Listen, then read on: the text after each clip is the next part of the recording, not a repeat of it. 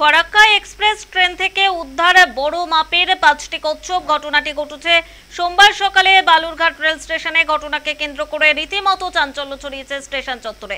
জানা গিয়েছে, যাত্রীরা নেমে যেতেই জিআরপি পুলিশের ট্রেনটিতে তল্লাশির জন্য ট্রেনে ওঠে। তখনই ট্রেনের একটি কামরায় বাথরুমের কাছে মালিকানাহীন দুটি ব্যাগ দেখতে পান তারা। পরবর্তীতে ব্যাগ দুটিতে তল্লাশি চালিয়ে মোট 5টি কচ্ছপ উদ্ধার করা হয়, যার আনুমানিক ওজন 33 কেজি 200 গ্রাম। আর এরপরে বন দফতরকে খবর দিয়ে জিআরপি পুলিশের পক্ষ থেকে ওই কচ্ছপগুলোকে বন দফতরের হাতে তুলে দেওয়া হয়। ঘটনা এখনো পর্যন্ত কাউকে গ্রেফতার করা হয়নি।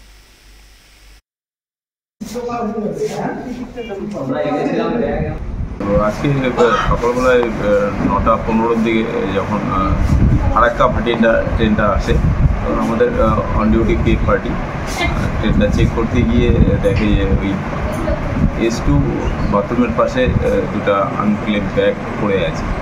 লোকজন পাওয়া যায় না। অনেক খোঁজাখুঁজি করার পরে ব্যাগগুলো ওপেন করা হয়, তখন দেখা যায় যে ওর মধ্যে থেকে 5টা কচ্ছপ জীবিত অবস্থায় আছে।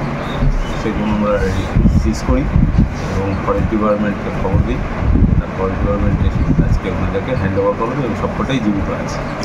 এই বিষয়ে কি কেউ কাউকে আটক বা গ্রেপ্তার করেন? না, এটা আমরা কোনো লোক পাইনি। ওটার ক্লেম আর ছিল না।